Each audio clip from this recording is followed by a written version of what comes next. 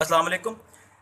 तहरीक इंसाफ ने 2018 के आम इंतखाबात के बाद जिनमें मुबैना धांधली का एक इल्ज़ाम भी लगाया जाता रहा और अपोजिशन जमातों ने इलेक्शन के नताइज को तस्लीम करने से भी इनकार कर दिया, एहतजाज भी होता रहा, उसके बावजूद जो कुछ रेशनल अप्रोच वाला न्यूट्रल तबका है या इनके अपने सपोर्टर्स हैं, उन्होंने बाकायदा तौर पर तहरीक इंसाफ की इस रिक्वेस्ट को वैलिड समझा कि हमें आप कुछ दिन दें, 1 माह दें, 1.5-3 माह दें, 100 दिन दें और हमें माइक्रो और मैक्रो इकोनॉमिक फैक्टर्स को राह रास्त पर लाने के लिए हमारी कोशिशों को देखें, हमारी पॉलिसीज़ को ऑब्जर्व करें, फिर उसके बाद आप हम पर तनकीद कीजिएगा। उसमें जर्नलिस्ट भी शामिल हैं जिनसे इन्होंने बाकायदा तौर पर मीटिंग की। उसमें पाकिस्तान की आम आवाम से भी वज़ीर आज़म ने एक बहुत ज़बरदस्त किस्म की तकरीर करके लोगों का ऐसा दिल मोह लिया कि हम जैसे लोग भी एक दफ़ा तो उसी चक्कर में ना, जैसे बंदा चांदनी रात हो और बड़ा कोई रोमांटिक सा मशहूर कुन सा गीत चल रहा हो और हाथ में जाम हो एक आपके, और आप बिल्कुल हर चीज़ से बेखबर होकर बैठ जाते हैं कि वाह यार ये तो बातें ही बहुत अच्छी कर रहा है, तो ये तो सारे काम करके दिखाएगा। खैर, तकरीर की हद तक तो बात बिल्कुल ठीक थी।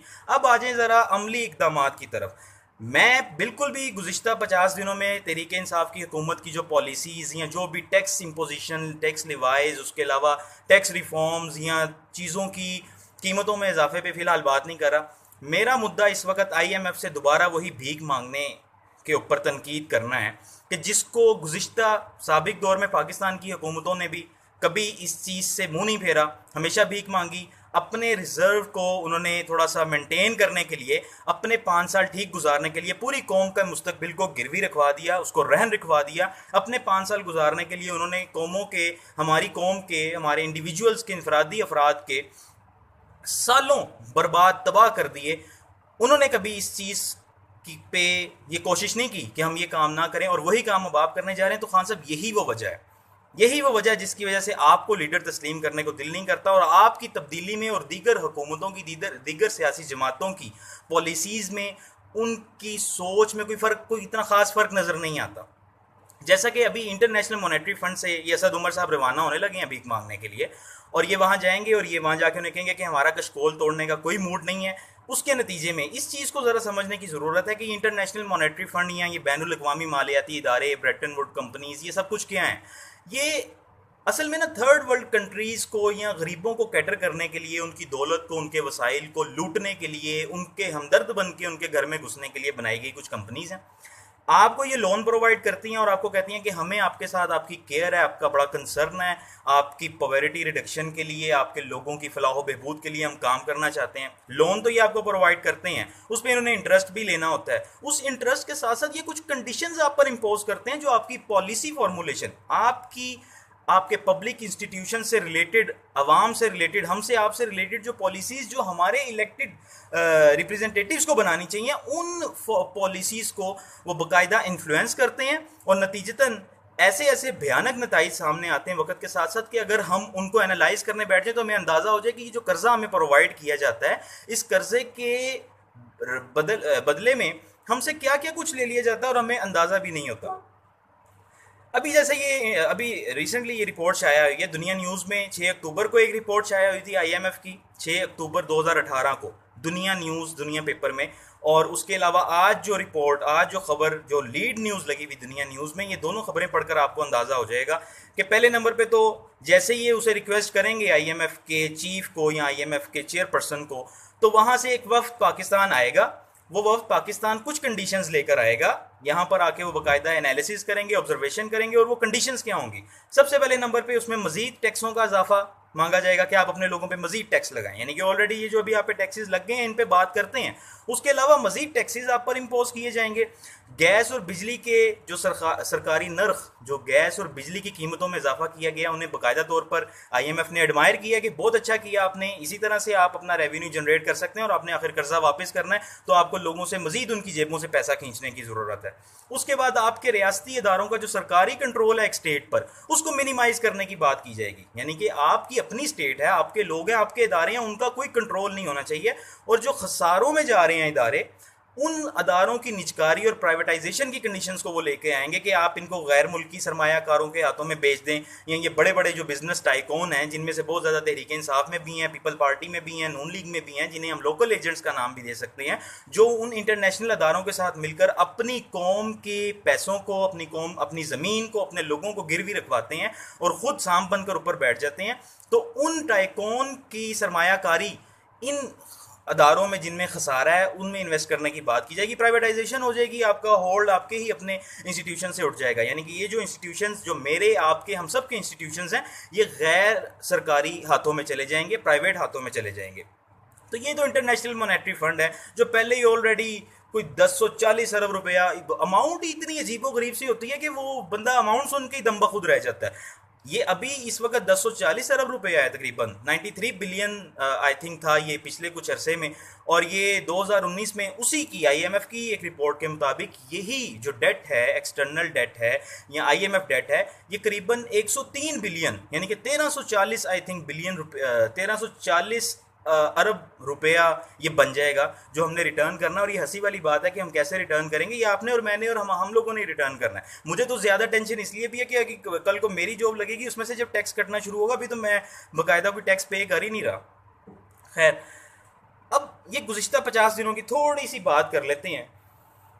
ये जो गुज़िश्ता 50 दिन हुकूमत ने गुजारे हैं, जिसमें इन्होंने कहा कि हमारी पॉलिसी पे कोई तनकीद ना कीजिएगा, हमें काम करने दें, हमने अदारों को सही राह उनका मुतय्यन करनी है और फिर उन्हें लेके चलना है, इसलिए थोड़ा सा टाइम दें। वो वज़ीर आज़म की तकरीर भी थी, इनके सारे फॉलोअर्स हो गए या इनके जो भी बच्चे जिन्हें कुछ समझ नहीं होती किसी बात की, जिन्हें सियासत की अली बे का भी आइडिया नहीं है, जिन्हें इंटरनेशनल रिलेशंस का कोई आइडिया नहीं है, जिन्हें फॉरेन ट्रेड, इंटरनेशनल इन्वेस्टमेंट्स या इस किस्म के किसी भी माइक्रो और मैक्रो इकोनॉमिक फैक्टर के बारे में कुछ पता नहीं है। सिर्फ वो एक पर्सनल परसेप्शन उनकी बनी हुई है, उन्हें खान साहब पसंद हैं, उन्हें खान साहब हैंडसम लगते हैं, उन्हें अच्छा लगता है कि खान साहब के पीछे लड़कियां आती जाती हैं, उन्हें लगता है कि खान साहब बहुत शाहरुख खान, सलमान खान समझ के वो खान साहब को फॉलो करते हैं। उन्हें बिल्कुल भी आइडिया नहीं है कि हम लोग किस तरफ जा रहे हैं। खान साहब से मेरा ये सवाल है कि हमने तो आपको एक्सेप्ट किया था, जैसे ही तहरीक इंसाफ गवर्नमेंट में आई, हमने तो फौरी तौर पे, मेरे जैसे कई जो थोड़े से खर दिमाग लोग हैं, उन्होंने वीडियोस बना के पोस्ट की, उन्होंने इस चीज़ को बाकायदा सपोर्ट किया कि हम नई गवर्नमेंट को खुशामदीद कहते हैं, अब आप लोग परफॉर्म करें, हमें कोई इस चीज़ से गर्ज नहीं है। अगर धांधली हुई है या कुछ भी हुआ, हम आप वाली सियासत को बिल्कुल भी रवा रखने के हक में नहीं है कि वो भी कंटेनर पर चढ़ जाएं और कौम के मज़ीद कई साल और कई दिन, महीने, वक्त को बर्बाद करके रख दें। अब आप ये मुझे बताएं कि वज़ीर आज़म हाउस की भैंसें बेचने के या गाड़ी बेचने के अलावा, या गवर्नर हाउस को आम आवाम के लिए खोल कर वहाँ गंद पड़वाने के अलावा, कोई सेहत में, तालीम में, या जितने भी हमारे मिसाल के तौर पर नेशनल और इंटरनेशनल इश्यूज़ हैं जिनका हमें सामना है, जो मसाइल हैं, प्रॉब्लम्स हैं, उनमें कोई पॉलिसी रिफॉर्म आया हो, या उनमें कोई बाकायदा तौर पर आपने फैक्ट्स एंड फिगर्स की बुनियाद पर कोई फौरी फंडेड रिलीफ? भाई लोग तो यही चाहते हैं ना, आम पब्लिक। हमारे यहाँ पर 80% तो गरीब तबका है, मिडिल क्लास कहने को तो दिल ही नहीं करता, लोअर मिडिल क्लास लोग हैं, उनको तो फौरी फंडेड रिलीफ चाहिए ना। तो ये फौरी फंडेड रिलीफ आपने उन्हें फराहम किया, आपने तो उन्हीं की बुनियादी ज़रूरियात ज़िंदगी की जितनी भी चीज़ें हैं उन्हीं के नर्ख बढ़ा दिए। गैस आपने महंगी की, गैस के साथ मंसूब सारी दीगर स्पोर्टिव इंडस्ट्री पूरी की पूरी महंगी हो गई। रोटी कुलचा नान इतना महंगा, हम कुलचे खाने वाले बेचारे 12 रुपये का कुलचा, 10 रुपये का कुलचा था, 15 रुपये का कुलचा हो जाना है, ये एक अलग टेंशन है। उसके बाद फिर वो बिजली की कीमतों में आपने इजाफा किया, ठीक है, फिर फल और सब्जियों की कीमतों में 50% तक इजाफा हुआ। उसके अलावा खान साहब आप एक बात करते थे कि नवाज शरीफ हर मंसूबे का, सरकारी मंसूबे का इफ्तिताह करने खुद चले जाते हैं। रावलपिंडी टा मियाँ वाली ये ट्रेन चली है जो आपको ख़ास तौर पे शेख रशीद साहब ने बेड़ा गर्क करने का, रेलवे का, जो आपने उन्हें वज़ीर बना दिया रेलवे का। पहले भी 5 साल उन्होंने रेलवे की मत मारी थी, अब दोबारा बनाया तो उन्होंने बड़ा तोहफा दिया मियाँ वाली को। और वो ट्रेन भी एक साइड का, मतलब रावलपिंडी से मियाँ वाली तक का, उसका जो डीजल कंज्यूम होता है वो 90,000 रुपये है, और उसने पूरे माह में, या जब से वो चली है अब तक, 4,000 रुपये रेवेन्यू जनरेट किया। इन चीज़ों की अकाउंटेबिलिटी कौन करेगा? उस मंसूबे का इफ्तिताह तो आपने खुद किया, किस हैसियत से किया? नजम सेठी को उन्होंने तकर्री की उसकी पीसीबी के चेयरमैन के तौर पे, जो इंटरनेशनल क्रिकेट को पाकिस्तान में लेकर आया, आपने मुसलसल तनकीद का निशाना बनाया, ऐसे ऐसे गलत अल्फाज उसके बारे में इस्तेमाल किए। खुद ये एहसान मानी को आपने पीसीबी का चेयरमैन बना दिया है। जुल्फी बुखारी के खिलाफ नैब में केसेज हैं। जुल्फी बुखारी को आपने सिर्फ इसलिए, जाहिर सी बात है, जिस बंदे का आप नाम ईसीएल से कैंसिल करवा के उसे मुल्क से बाहर लेकर जा रहे हैं, उसको तो कुछ ना कुछ आपने देना ही था। उसको आपने ओवरसीज़ पाकिस्तानी के लिए स्पेशल असिस्टेंट रख लिया। उसके बाद आपने जनाब मोहतरम जनाब अलीम खान साहब को, नैब के केसेस उनके अगेंस्ट हैं, लैंड माफिया टाइकोन हैं वो, बाकायदा तौर पे उन्हें कंसीडर किया जाता है। ये क्या बात हुई कि अगर साबित नहीं हुआ तो मुझे साबित कर दें और ये कर दें? इस तरह तो नैब फिर नवाज शरीफ पर भी किसी किस्म का कोई चीज़ साबित नहीं कर सका। आप उनसे भी माफ़ी मांगे और अपने मौक़िफ़ की बाकायदा तौर पर तायद करते हुए ये कहें कि हाँ भाई, जब साबित नहीं हुआ तो अलीम खान भी परफॉर्म कर सकते हैं और वो भी परफॉर्म कर सकते हैं। तो आपने भी तो इन लोगों की सियासी तकर्रुरियाँ की हैं ना, अपनी मर्जी से तकर्रुरियाँ की हैं ना अपने आसपास वाले लोगों की। इसके अलावा आपको वहाँ पर कोई बंदा नहीं नज़र आया जो इन चीज़ों को परफॉर्म कर सके। आपने वादा किया कि बंगाली और अफगानी जो पाकिस्तान में पैदा होंगे उनकी शोरियत के हवाले से आपने उनको नेशनैलिटी के हकूक़, पाकिस्तानी नेशनैलिटी के हकूक़ देने की बात की। उस पर आपने यू टर्न लिया। एक अजीब व गरीब सा अदम तवाज़ुन लोगों के दरमियान में पैदा हो जाता है ना इन चीज़ों से। फिर उसके बाद जनाब आप बात कर लें कि आपने शुरू में पहले कहा कि मैंने कोई शुरू में 3 माह में किसी किस्म का इंटरनेशनल विजिट या ख़ास तौर पे खसूसी त्यारों में सफ़र नहीं किया जाएगा। आपने खसूसी त्यारों में सफ़र किया। आपकी काबीना के इरकान के बारे में आपने कहा कि कोई सफ़र नहीं करेगा, उन्होंने सफ़र किया। आपके उस्मान बुज़दार ने मुख्तियार गोंदल को आपने कहा था कि किसी किस्म की सियासी और ब्यूरोक्रेसी के दरमियान कोई क्लैश नहीं आने दिया जाएगा। उस्मान बुज़दार, जिनको आपने एक पसमानदा सूबे से उठाकर, पसमानदा इलाके से उठाकर बड़ा आपने उन्हें मैसेज दिया कि बस भाई आप लोगों की जो एहसास महरूमी है उसको ख़त्म करने का सामान हुआ चाहता है, उसने उसको क्या कहते हैं डीपीओ को मुअत्तल कर दिया।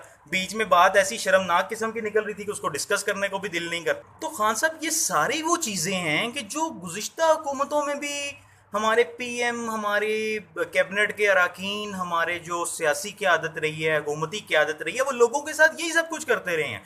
आपकी तब्दीली में और साबिक अदवार की हुकूमतों की क़यादत में या उनकी पॉलिसी मेकिंग में फ़र्क क्या है, मुझे सिर्फ एक बता दें। मुझे तो ये सोचकर हैरत होती है कि इन लोगों का कितना हौसला है कि आपको नेल्सन मंडेला के साथ, माओ जे तुंग के साथ और कभी अल्लाह माफ़ करे द ग्रेट कायदे आज़म के साथ आपको एसोसिएट कर देते हैं, आपकी एनालॉजी ढूंढने की कोशिश करते हैं। किस बुनियाद पर? अगर आप वाकई आपको लीडर मानने को दिल इसलिए नहीं करता कि अगर आप लीडर होते ना तो कम से कम हमें कर्जा ना लेना पड़ता। खान साहब, हमें ये कशकोल जो है ये तोड़ना था हर सूरत में। हमें अपना मुस्तकबिल सिक्योर करना था। हमें हमें किसी भी तरह से अपने अपने अपने वतन को, उसकी ज़रखेज़ मिट्टी को, अपनी आम आवाम को, अपने गरीबों के लिए कोई काम करना था। आपने वो तकरीर तो बहुत अच्छी की थी, लेकिन खान साहब ये जो आपकी पॉलिसी मेकिंग है, ये जिस तरह से आपने हाथ अभी से खड़े कर दिए कि नहीं अब हमें ये भी करना पड़ेगा, वो भी करना पड़ेगा, ये तो उन चीज़ों के साथ इसकी कंपेटिबिलिटी, आपके एक्शंस और आपकी सेइंग्स तो जो हैं, वो कोटेशंस तो हैं, बिल्कुल इनके दरमियान में तो कोई किसी किस्म की एनालॉजी क्रिएट हो, कोई मुमासलत, कोई मुताबिकत है ही नहीं।